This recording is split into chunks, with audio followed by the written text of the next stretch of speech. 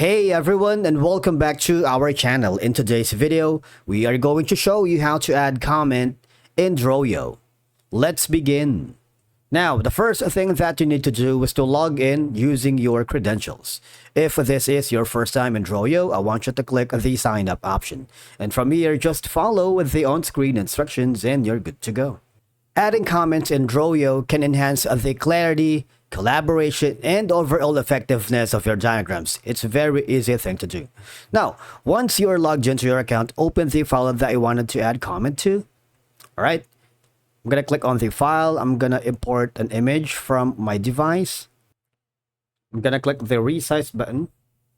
Now, for you to be able to add comments here in drawio platform, all you're going to do is go to the search bar and type in comment and press enter. You see, these are going to be some of the comment tool that you can. All right. Let's say, let's use this one instead. Comment. You see this? For example, you can put in the comment. All right. And this is going to be from Deep Labs, which is our YouTube channel.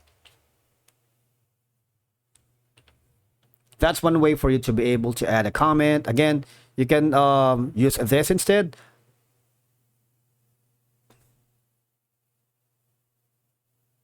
This one right here, if you want, like a dialog box, you can do this and add your comment.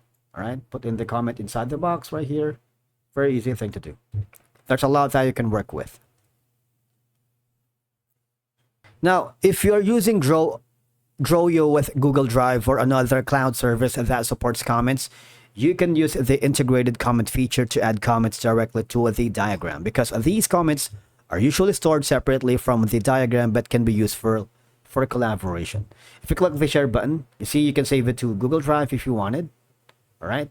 And again, if you go to the file, if you want to maybe like, for example, export it to different file format, say PDF. All right. Click on the export button. You can do that along with the comment that has been added here when you're creating the diagram, because the comments can clarify the purpose of a function of specific shapes. For example, this, all right, especially for complex concepts. They can serve as instructions for others how to interact with a diagram. And of course, if you're working with multiple freelancers or with your client, comments allow team members to leave feedback, ask questions, or suggest changes without altering the diagram itself.